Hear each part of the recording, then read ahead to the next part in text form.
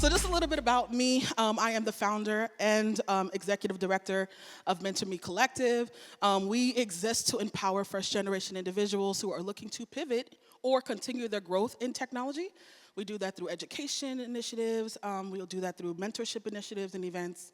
We actually did a speed mentoring event here at Flatiron last month. Yes, in September. And we also do a lot of community events as well. So whether that's like myself or anyone else participating in events like this, whether we do it virtually or in person, we're super excited to just continue to, innovate and create space for all individuals, especially those who may be first timers. Outside of that, oh, wait, no. Okay, wait. Okay, my animations are acting a little weird, but that's okay. Outside of that, I am a software engineer, a machine learning engineer at Apple.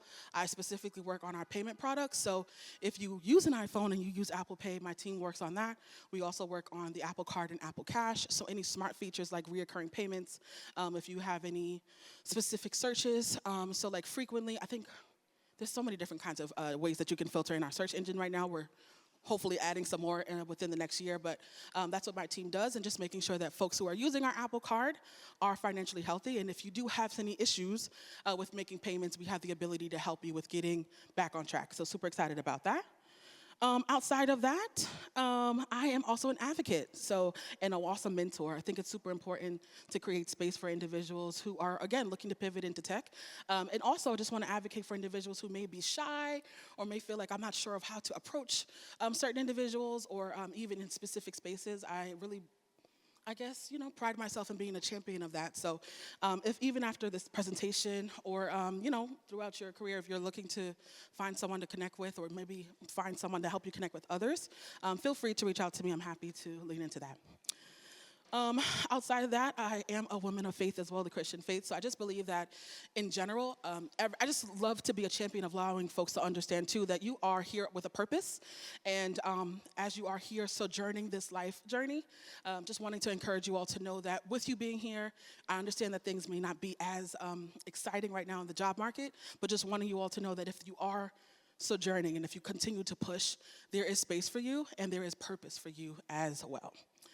And outside of that, I love to laugh. So if we do connect on LinkedIn or if we do talk afterwards, if you have some funny GIFs, stories, TikToks, I'm here for all of the things. And just want to make sure that in general life, we just look at life a little lightheartedly. Because at the end of the day, it all does get better. It does get better. All right. Outside of that, I am a fur mom. I have a fur baby. Shout out to the fur parents, okay? Any guesses on what kind of fur baby I might have? You said puppy? Okay, what else? A Pomeranian. Okay, that's a dog. Anything else? You said puppy? Okay. I am actually a cat mom. I am a cat mom. I'm skipping stuff. I'm a cat mom. Her name is Glory. She's an all-white cat. And yeah, I've had her for maybe 6-7 years now. So shout out to those who are fur parents and especially cat parents as well. All right, so moving along strong. For this session today, we're going to lean into 3 specific spaces that really will help make your performance review really full, enriching, and hopefully beneficial to your career growth. One aspect of that is relationships and just understanding how you can lean into stakeholder management when it comes to those relationships, also hopefully leveraging those individuals for your performance review. Also, performance in general, just making sure that you are an engaged person or individual contributor, even if you're a senior leader, and just continuing to think about how you can perform with excellence. And then lastly, when it comes to results, right? Like how are you measuring your growth and your impact, not only in the organization, but even specifically on your team. So first we're gonna lean into relationships and talk about the importance of those relationships. So specifically, technically, I'm gonna speak from a tech perspective, career perspective. You have 2 buckets of individuals. You have the buckets of individuals who would be considered management or upper leadership, and that would be your manager or your skip level being your director. So the manager that's your manager's manager, basically. And those are the individuals and their peers that you definitely want to make sure that you kind of understand what their goals are, understand like the ecosystem with them, understanding like their relationships and also who influences their decisions. We'll talk a little bit more about that. And then you also want to think about everyone else that plays a factor in your career growth, right? So obviously team members, folks that are individually on your team contributing, whether you're working directly with them or again cross-functionally, leaning into cross-functional partners. So as an engineer, obviously you're probably going to be working with designers at a point, business, product, maybe some data analysts and all those kinds of things as well. And of course there's staff. I think a lot of times we may overlook those important individuals. So whether that's like administrative staff or just staff around the building helping to make things move along strong is super important, especially for those who are in the facilities, right? Janitors, folks who are making sure that operationally things are moving along strong. You'll be surprised how those relationships also can help make a difference in your not only just career growth journey, because at the end of the day, your personal brand speaks volumes, but just in general, right? So if you need like a charger, if you need like a wire or a cord, I know for me, I don't know why I'm always missing out on a wire. I either leave it at home or leave it at the office, whatever. But me being able to lean into individuals who are on our team as admins and say, hey, I need a wire. Instead of giving me a long story as to why I'm not being responsible, that wire is delivered within seconds. So being able to have people who can advocate for you and also help you is also amazing. So specifically with managers, we already kind of covered that a little bit. I just want to talk a little bit more about those examples of like what it looks like specifically to build relationships with them. It's important for you to understand their goals. A lot of times, I'm going to say for folks who are maybe earlier in your career, you're just excited to be on a team, you're excited to be in tech, you're excited to just grow, but we don't take a step back to understand the larger ecosystem, right? So specifically first, I'm going to talk about understanding their goals. It's important for you to take time, whether that's in your one-on-ones, whether that's just in general, like setting up time outside of your one-on-ones, to understand what are their priorities, what are their goals, right? How can you make sure that your specific role is aiding in them getting to that specific goal?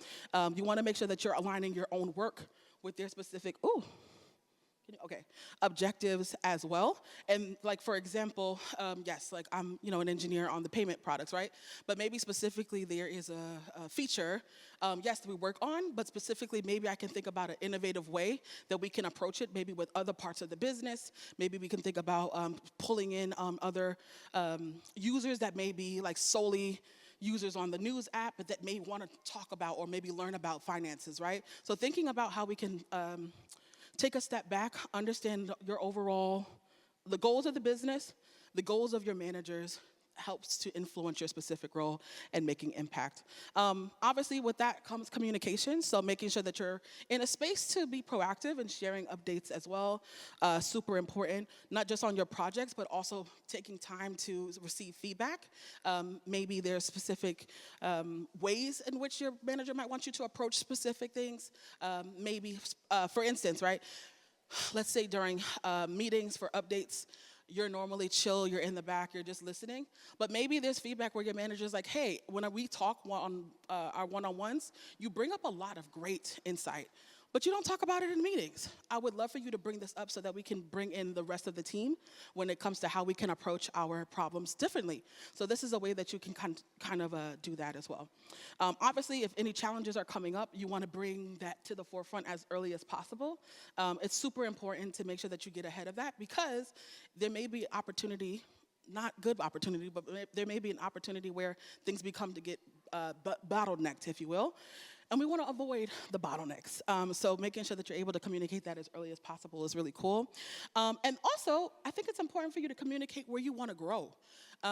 It's important for you to take ownership of your career. And I know that there's like, I guess, a gray area of understanding if this is my first role or if you're still early in your career and you're still learning what is out there versus being able to say, hey, I want to do this. There is gray area for that, but I think just at least having the conversation of letting your manager know, hey, I know that we're working on this product. for instance, like, okay, cool, I'm a back-end engineer, but I would love to lean more so into like how this leans into machine learning. Let's say, for instance, you are a back-end engineer, but you really want to work closer with the design team and the product team to make sure that the user experience on the interface is something that's prioritized. So again, you have the ability to make your role what you want it to be. It doesn't have to be pigeonholed. Lord, okay. It doesn't have to be pigeonholed, but you do have the opportunity to create the experience and the growth opportunities that you want to see. We already talked about supporting their vision, but it's really important for you, again, to I don't want to say ensure, but make sure that you're having the conversations where your manager understands that you are not only here to do your job, but you're, again, here to make impact, and that does come with supporting their vision. Obviously, every year, the company will have specific goals that they want to achieve, but your manager also has a growth plan. Your manager also has specific things that they want to accomplish. So how can you lean into that and make that important? Lastly, being adaptable and flexible is super important as well. As you know, tech is ever changing. And the pivot is real. The pivot is real. So you may be working on projects for a couple of months that either get paused or discontinued. And being open to adapting from that is super important. I've definitely seen, my fair share of reorganizations and also specific projects being discontinued. But continuing to lean in with a positive and enthusiastic attitude, embracing the unknown, embracing ambiguity definitely helps as well. So now I want to talk a little bit more about how the relationships with everyone else helps to come into play, again, talking about your reviews. So obviously, everyone wants to work with people that they love to work with, and those people that you normally enjoy working with have great personalities, and it comes from having the ability to actively listen and have respect, obviously being open to collaborate, maybe, being flexible about hopping on meetings, maybe also being responsive as well. I talked earlier about a piece of feedback that even I personally received. Like, I'm a chill person. I'm like, hey, give me the task that you need me to do. I'm gonna get it done. But my manager told me that he wants me to speak up a little bit more, right? So, and obviously now I'm, speaking up, but I'm just saying earlier on that was a piece of feedback. But it was specifically because he wanted me to knowledge share. So that's really important. As you knowledge share, other folks will feel encouraged not only to knowledge share as well, but also maybe that can birth a project or a specific instance of the project that no one even thought about. Empathy and understanding is also huge as well. Obviously, there's tight deadlines. Obviously, there's tight deadlines, various teams that you're communicating with, you know what I mean? Like, the chaos is there, especially like when you're in the midst of feature development. But taking time to make sure that you're aware of other folks' workloads, maybe specific challenges that they're facing personally and maybe even professionally. I will say that, those subjects are kind of touchy, but I will say, as you are open, other folks on your team will be more encouraged to be open as well. And it really does make a difference when it comes to not only meeting deadlines, but making a project really fulfilling. And then also, if you're noticing that folks may not be as participating, or maybe they haven't been as participant, I guess you can say, in meetings, or they've been more quiet, you may notice that is something that's totally unlike them. So taking time to maybe reach out to them as well. And this is all about building rapport, building relationships. So at the end of the day, when your review comes out, you have the ability to lean on them. And we'll talk a little bit more about that in terms of references, okay? So yeah, offering support and just being a really good team player. So that is the relationships aspect. Again, when it comes to your managers, their peers, maybe your manager's manager, versus what does it look like for you to be an active, engaged member on the team. And also just making sure that you're not only providing the support that you like, but also vice versa as well. So now we're gonna lean into performance. What does it look like to really engage in excellence? Do you have a work standard? A lot of people, unfortunately, I'm gonna say a handful of people, you'll notice have really great standards of work. You'll know that they also have documentation that they do. Everything is very organized, and then you have the folks that just show up and say, I'm just here so I don't get fined. We don't wanna be that. We don't wanna be that. So it's important for you to have a standard of excellence, all right, in your work, because again, we're gonna go back to talking about personal brand. But even outside of that, this is a quote that we talk about a lot within our organization of payments.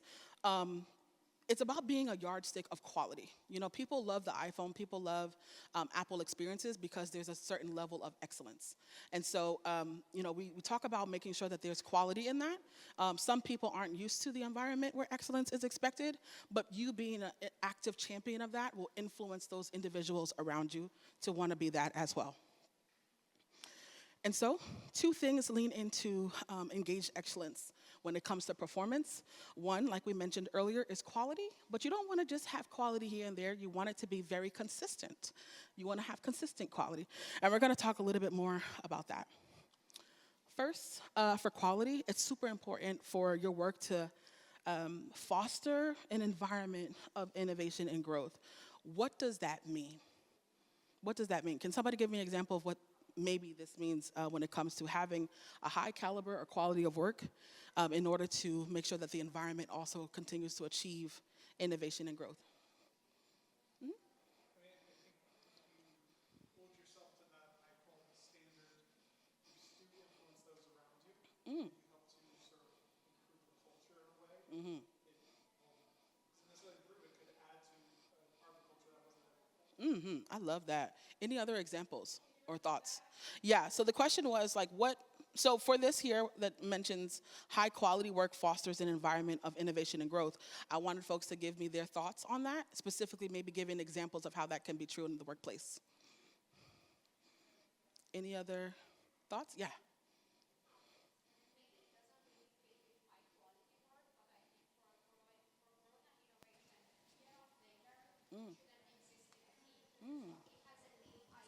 Make, Thank thank you. you. Okay. As a lead, I make sure that everybody who works with me, they know that if they have a new idea and it fails, it's okay, and they just cross the line, cross the one of those paths that we could be traversed. It brings more innovation and growth because you take away that fear.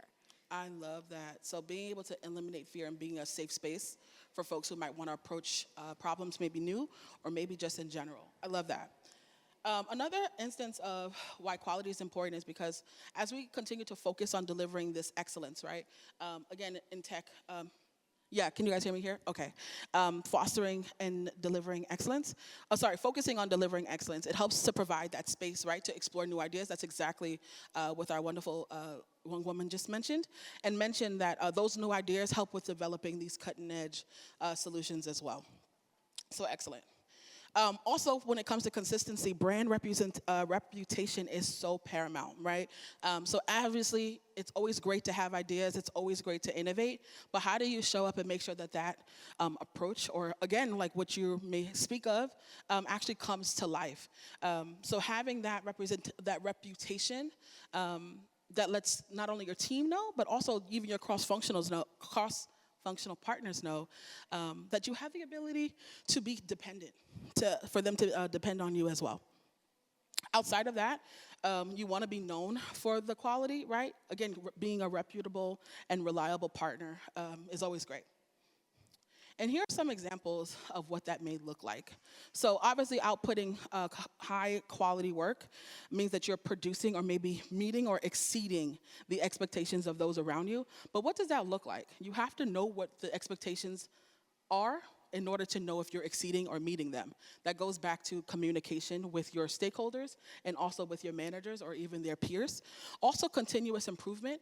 Seeking feedback, again, going back to communication, right? Managers and peers. And this is a really great opportunity for you also to leverage that as growth and development. And when you're jotting down, hopefully, down the line, we'll talk about what that looks like to document, but you have the ability to write down, hey, I received this feedback on March 31st to speak up more in meetings. On April 2nd, I had the opportunity to present a piece of work that I mentioned to my manager, to my teammates, and I was able to innovate and collaborate with them. That's a really good way to talk about what the feedback was given to you, and then also how you took that feedback and implemented that in an actionable way. Obviously, innovation as well, we talked about that as well, but you won't know if you're being innovative if you, again, are not communicating. And I think the biggest thing that may not be talked about a lot is having ownership and accountability. Obviously, as a junior engineer, you're going to be coming into spaces and places where folks may it might be more of like a mentorship relationship or a growth relationship, but taking the time to maybe ask about how you can own a specific piece of that project, even if it's something super small, allows your manager to see, okay, cool, I think that they can be trusted with even more. Also, as you're owning that specific instance, you have the ability now to show that you can be accountable for your own self. Being able to work independently is super huge in technology, and taking small instances like that can help you to build those milestones. Cool. Sorry. All right. So, what does the data say? So, in regards to consistency, right, there was a Harvard Business Review study that was done, and it suggests that consistent employees outperform those specifically who may have intermittent bursts of productivity. So, what does that look like? Maybe you come up with a great idea and you're like, man, this is great. And maybe boom, you do it. Maybe 3 months later, oh, this is great. I love this, boom, boom, boom.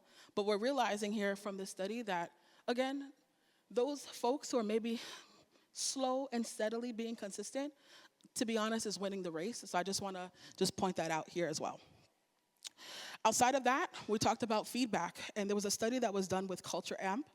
They suggest that teams with open feedback cultures are 4.6 times more likely to have high trust levels.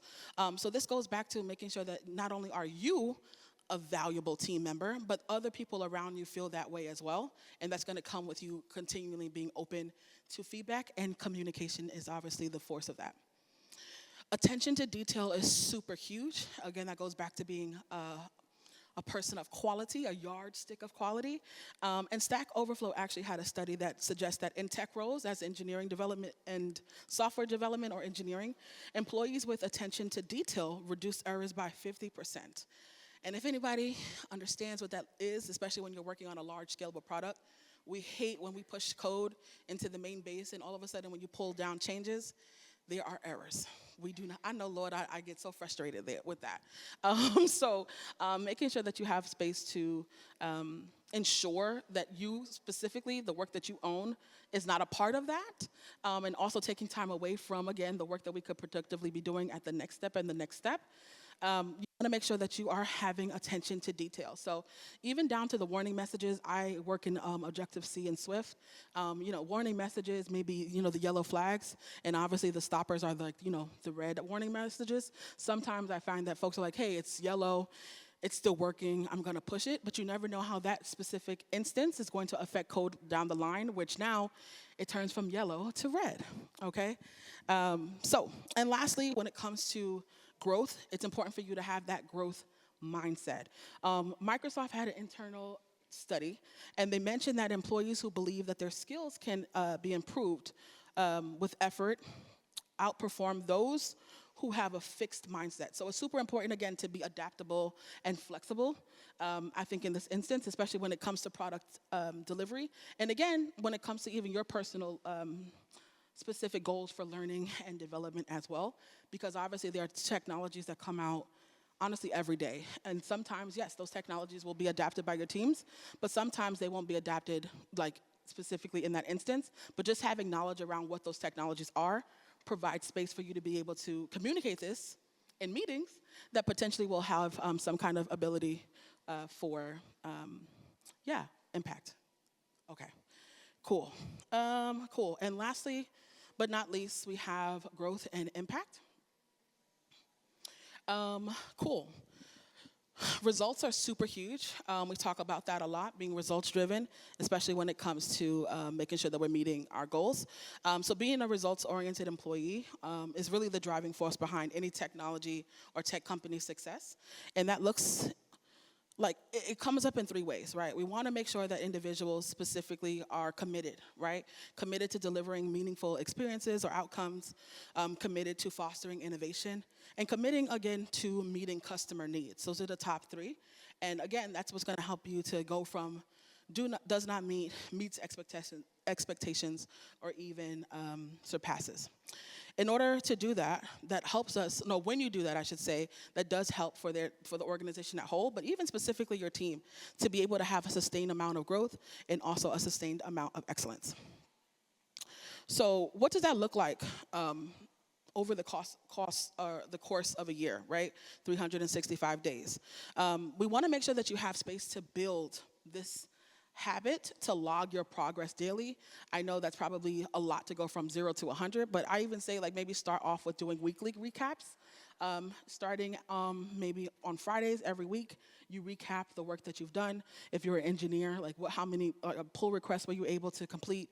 Maybe if you weren't able to complete a pull request or like specifically send your code to GitHub, you have the ability to talk about why that wasn't. And so as you continue to have these logs, you're able to do that. And so we'll just talk about that really quickly. So again, capturing weekly activity helps to build a case for promotion and raises. This also helps you with just tracking your own personal growth in general to let you know whether or not you want to improve in certain aspects as well. But it's important for you to be able to highlight accomplishments, highlight collaborative work that you've done. Again, that means like, talking about the people that you've been talking to and also working with. And then also maybe some findings. Maybe you had blockers that you were able to resolve. That means that you should journal weekly and capture highlights. So you want to lean into journaling your accomplished tasks. Again, maybe a log of tasks that allowed you to track your progress over time and identifying patterns of success and improvement. You also want to have a collaborative log, a part of your weekly journal. Who did I talk to? Who was I working with specifically? Who specifically helped me to get over specific blockers are so important. Write down the names because those individuals will at the end of, or when the performance review comes, you'll be able to look over your log and say, oh, I'm going to ask Amy to write a review for me. I'm going to ask Chanel to write a review for me because we worked on some really great work. Then we also have new findings and learns, right? You want to capture the lessons, like I mentioned earlier, from the work that you've been doing, whether that's successes or setbacks. This does help foster a culture of continuous growth and improvement, and maybe that's something also that you can note to your manager, and that can be an aspect of work that you all include in the next year when it comes to feature development and improvements. And lastly, you want to lean into celebrating your own wins. I know sometimes for me, I can be so results driven that I'm just focused on like the future, but it's cool to just kind of celebrate yourself, give yourself a pat on the back because you accomplished some great things. So it's important to celebrate yourself. So in conclusion, building relationships is super important. It helps you to produce excellent work, and documenting your results will help influence your career when it comes to advancement, specifically with people, right? Having strong relationships with colleagues and supervisors can lead to supportive references, right? During your performance reviews, make sure that you are writing those names down. Also, when it comes to performance in general, making sure that you are producing excellent work consistently will showcase not only your skills, but it also will showcase your competencies and your expertise overall. Also, the last bit I will say about performance would be great for you to have as a track record, right? I like to say, or to use this as a way to reinforce my value. Sometimes, again, being someone can be overcritical of yourself because you really value excellent work. You look over this thing and you look over this log and you're like, wow, I really did do some great things, and it just helps you to kind of stay a little grounded. And again, seeing your potential value on a team. It also is a souvenir of your previous work year, right? So it allows you to kind of be nostalgic, maybe even reach back out to those colleagues you haven't spoken to in a while and say, hey, remember when we were struggling, or maybe when we were, staying up till maybe 1 or 2 in the morning trying to solve this problem. Like, we've come a long way from that. And it also is, like I said, rewarding. And then lastly, your results, right? Having tangible evidence to support your cases when you're talking about negotiations, specifically justifying how you can get a raise. You may know that you have been doing great work, but your manager is not in every meeting. They're not in every discussion. So being able to have something that you can go back to and reference would be really great. And again, we all would love a nice, good raise. So this will be great for them to be able to bring that back to their own managers to advocate for you. So again, people, relationships are references. Performance, consistent quality is super important. And results, evidence supports negotiation. So you all can feel free to stay in touch with me. Thank you so much for coming to this session today. You can connect with me on LinkedIn. You can send me an email, or you can connect with us on Instagram. But thank you so very much. Thank you. That was incredible, Chanel.